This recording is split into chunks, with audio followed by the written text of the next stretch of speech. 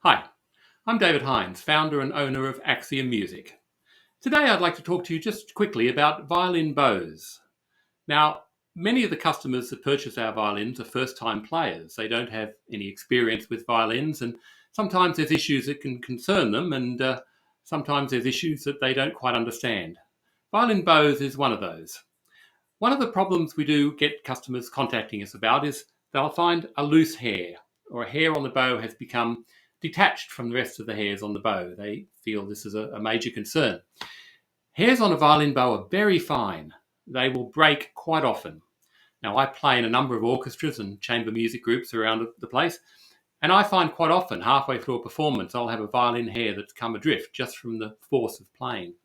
It's a very common thing to happen. It doesn't really make much difference to the overall bow at all, because the bow has a lot of hairs on there. There's literally hundreds and hundreds of them. So one or two coming loose at some time is not an issue. The important thing is that we don't just pull the hair out from the bow.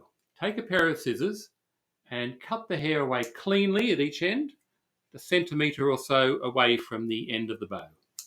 That's all you need to do. So don't pull the hair out. If one comes loose, sometimes they get caught in the case and they can come loose.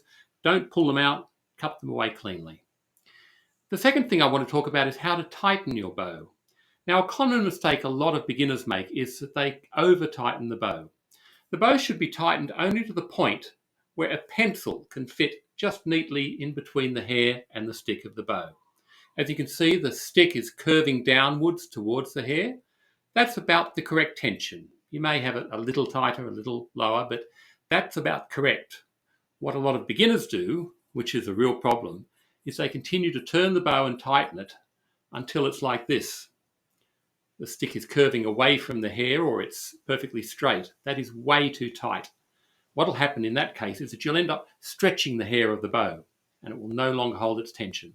So around about that sort of tension, a pencil should be able to fit just in between the hair and the stick here, and that's about exactly where the bow should be.